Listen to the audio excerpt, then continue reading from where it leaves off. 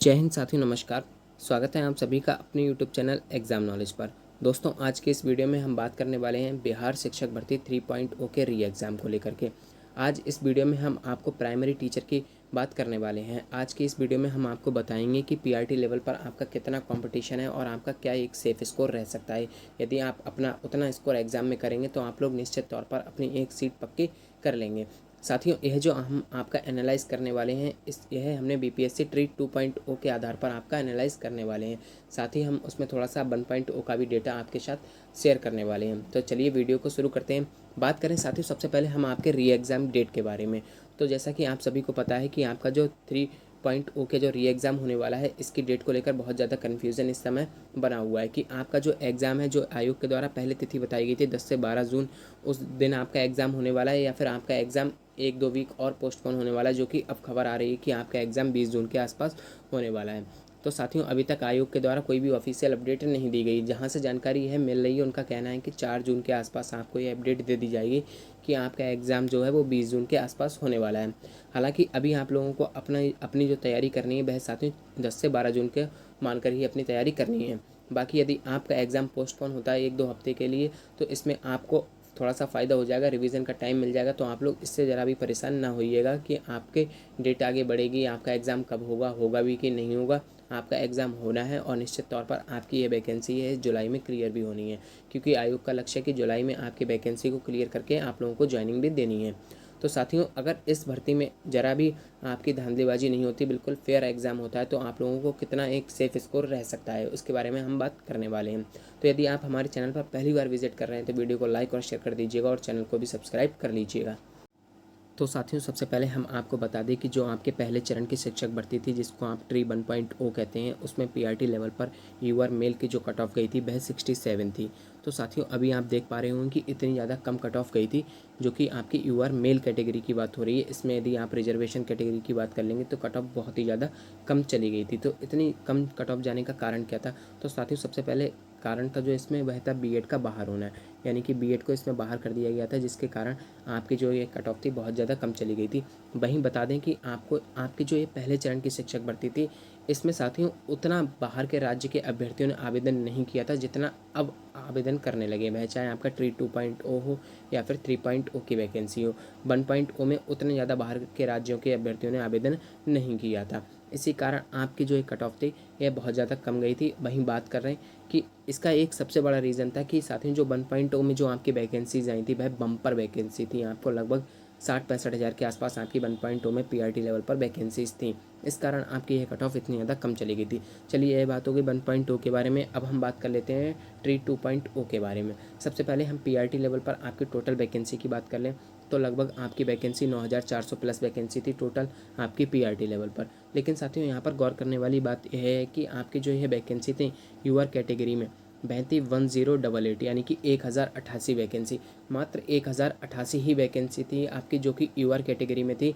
लेकिन साथियों, ये सिर्फ यूआर कैटेगरी के लिए नहीं थी, इसमें आपको यूआर फीमेल की भी वैकेंसी 1088 में ही देखने को मिलेंगी। इसमें आपकी ईडब्ल्यूएस, बीसी, ईवीसी सभी वैकेंसी इसी में देखने को मिलेंगी, क्योंकि ये जो आप कैटेगरी देख पा रहे होंगे, यूआर फीमेल की हो या फिर ईडब्ल्यूएस हो या फिर बीसी, ईवीसी, इनकी कोई भी वैकेंसी नहीं आई थी ट्री 2.0 में कैटेगरी वाइज।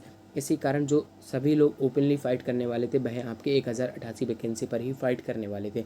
तो साथियों, इसमें आप देख पा रहे होंगे यूआर मेल करेगा फाइट, यूआर फीमेल फाइट करेगा, ईडब्ल्यूएस, बीसी, ईवीसी का कैंडिडेट फाइट करेगा, और साथ ही जो अदर स्टेट के कैंडिडेट हैं वह सभी 1088 सीट पर ही फाइट करने वाले थे। तब आप देखेंगे कि जो आपकी यूआर की कट ऑफ गई थी, वह चाहे मेल हो या फिर फीमेल हो, आपको 89 कट ऑफ देखने को मिलेगी। यानी कि 1088 वैकेंसी पर इतनी कम वैकेंसी होने के बाद भी कट ऑफ बहुत ज़्यादा आपको हाई नहीं देखने को मिलेगी। वैसे आप देखेंगे तो ये कट ऑफ काफ़ी ज़्यादा हाई है, लेकिन जिस तौर पर आप देख पा रहे हैं कि सिर्फ 1088 वैकेंसी थी, उसमें आपका UR male, female, EWS, BC, EBC, other state सभी फाइट कर रहे हैं, तब भी आपकी कट ऑफ 89 कट ऑफ ही गई थी।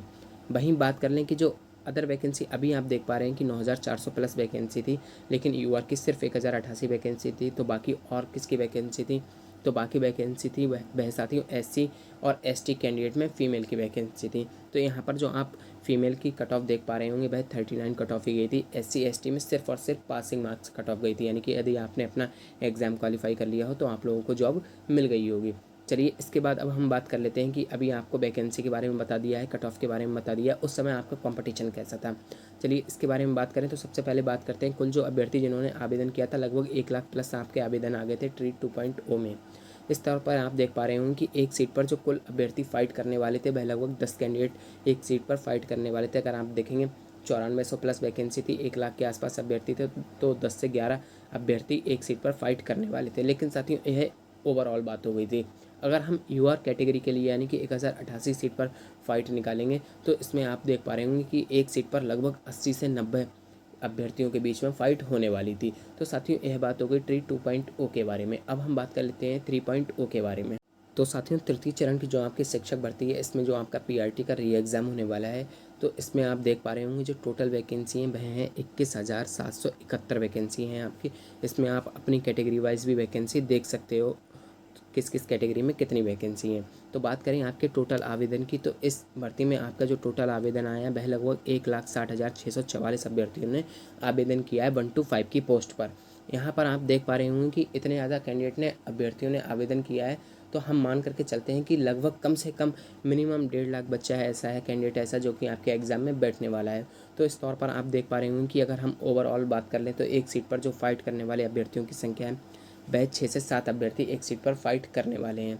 तो यह तो बात हो गई ओवरऑल। अब हम बात कर लेते हैं यूआर कैटेगरी के लिए। तो अगर आप यूआर कैटेगरी की बात करें तो यहाँ पर आपको मेल की और फीमेल की अलग अलग वैकेंसीज देखने को मिल रही होंगी। इस कारण अगर हम यूआर की सीट पर फाइट निकाल लें, एक सीट पर कितना अभ्यर्थी फाइट कर रहा है, तो यहाँ पर आप देख पा रहे होंगे यूआर कैटेगरी में लगभग 18 से 20 अभ्यर्थी एक सीट पर फाइट करने वाले हैं। तो इस तौर पर आपने देखा जैसे कि यूआर मेल के लिए आपको 2976 वैकेंसी देखने को मिली है, फीमेल के लिए 2485 वैकेंसीज देखने को मिली है। तो आपको हर कैटेगरी में काफ़ी ज़्यादा वैकेंसीज देखने को मिल रही होंगी। तो साथियों यह बात हो गई कितना कंपटीशन है। अब हम बात कर लेते हैं कि आपका 3.0 में जो आपका री एग्ज़ाम होने वाला है, इसमें आपका क्या एक सेफ स्कोर रह सकता है कि यदि आप इतना स्कोर कर लेंगे तो आप लोग निश्चित तौर पर अपनी एक सीट पक्की कर लेंगे। तो चलिए हम सबसे पहले अब आपके सेफ स्कोर के बारे में बात कर लेते हैं। तो साथियों यह आपका एक सेफ स्कोर रहने वाला है ट्री 3.0 के पीआरटी री एग्ज़ाम के लिए। जैसा कि आप सभी को पता है कि आपका जो प्रथम चरण की शिक्षक भर्ती थी उसमें यूआर कैटेगरी की 67 कट ऑफ गई थी। तो साथियों इतनी कम कट ऑफ आपकी जाने वाली नहीं है। वहीं आपने ट्री 2.0 में देखा होगा कि 89 आपकी यूआर मेल और फीमेल की कट ऑफ गई थी, तो इतनी ज़्यादा भी आपकी कट ऑफ नहीं जाने वाली है। तो आपकी कट ऑफ क्या रह सकती है, एक एक्सपेक्टेड आपका सेफ स्कोर हम बता रहे हैं, कट ऑफ नहीं है साथियों। यानी कि अगर आप इसके मध्य स्कोर करेंगे तो आप लोग निश्चित तौर पर 100% सेफ हो जाएंगे। तो चलिए बात कर लेते हैं हम लोग, यह आपके एक एक्सपेक्टेड सेफ स्कोर होने वाला है। और साथियों यह जो आपका सेफ स्कोर है यह आपका 120 नंबर में से होने वाला है। यानी कि जो 30 नंबर का आपका लैंग्वेज से पूछा जाता है वो साथियों सिर्फ और सिर्फ आपका क्वालिफाइंग नेचर का है, उसमें आपके कोई भी मार्क्स कट ऑफ में नहीं ऐड होते हैं। तो आपका एग्ज़ाम होता है 120 नंबर का और उसी 120 में से आपकी कट ऑफ बनती है। तो चलिए सबसे पहले हम यूआर मेल की बात कर लें। तो यदि आप यूआर मेल कैटेगरी में अपना स्कोर 77 से 80 के मध्य करेंगे तो आप लोग सेफ हो जाएंगे। वहीं फीमेल कैटेगरी की बात कर लें तो 67 से 70 के मध्य आपका स्कोर होगा तो आप लोग निश्चित तौर पर सेफ हो जाएंगे। ईडब्ल्यूएस मेल के लिए बात की जाए तो 72 से 75 के मध्य, वहीं फीमेल कैटेगरी की बात कर ली जाए तो 60 से 63 के मध्य। ईबीसी की बात कर ली जाए तो मेल कैंडिडेट के लिए 72 से 75 के मध्य आपका स्कोर होना चाहिए। वहीं ईबीसी फीमेल कैटेगरी की बात कर ली जाए तो 60 से 62 के मध्य आप लोग अपना स्कोर करेंगे तो आप लोग निश्चित तौर पर सेफ हो जाएंगे। बीसी मेल कैटेगरी की बात कर ली जाए तो 76 से 78 के मध्य आपका स्कोर हो, और वहीं बीसी फीमेल की बात की जाए तो 66 से 68 के मध्य आपका स्कोर होना चाहिए। वहीं अब हम बात कर लेते हैं एससी और एसटी कैटेगरी में। तो साथियों यदि आप मेल कैटेगरी में हैं तो आपका स्कोर 45 प्लस हो तो आप लोग निश्चित तौर पर 100% सेफ हो जाएंगे। वहीं एसटी मेल की बात कर ली जाए, एसटी मेल की हम बात करें तो आपका जो सेफ स्कोर होने वाला है वह 43 प्लस आपका सेफ स्कोर होने वाला है। अब इन दोनों ही कैटेगरी में फीमेल कैंडिडेट की बात कर ली जाए तो फीमेल कैटेगरी में यदि आप अपना स्कोर मिनिमम आपको 39 नंबर लाने ही लाने हैं फीमेल कैटेगरी में, चाहे आप किसी भी कास्ट से हो, किसी भी कैटेगरी से हो, आपको फीमेल है यदि आप कैंडिडेट है तो आपको मिनिमम 39 मार्क्स पासिंग मार्क्स चाहिए। तो यदि आप लोग मिनिमम मार्क्स लेकर आते हैं 39 तब भी आप सिलेक्ट हो जाएंगे और यह 100% सत्य होने वाला है। यानी कि यदि आपकी जो कट ऑफ रिलीज़ की जाएगी उसमें आप एससी एसटी फीमेल देखेंगे तो है 39 पर ही सिलेक्ट हो जाएंगी। तो साथियों यह जो एक आपका एक्सपेक्टेड सेफ स्कोर है इसमें थोड़ा सा आपको प्लस माइनस 1-2 नंबर देखने को मिलेगा, लेकिन जहाँ तक हमें उम्मीद है कि आपका यह जो सेफ स्कोर है बिल्कुल सटीक बैठने वाला है। और साथियों यह आपका सेफ स्कोर इस बात पर निर्भर करेगा कि आपकी परीक्षा में कोई धांधलेबाजी ना हो। यदि आपकी परीक्षा बिल्कुल फेयर तरीके से होती तो यह आपका एक सटीक सेफ स्कोर होने वाला है। तो यदि आपको हमारी यह वीडियो पसंद आई तो वीडियो को लाइक और शेयर कर दें और चैनल को भी सब्सक्राइब कर लें। Thank you.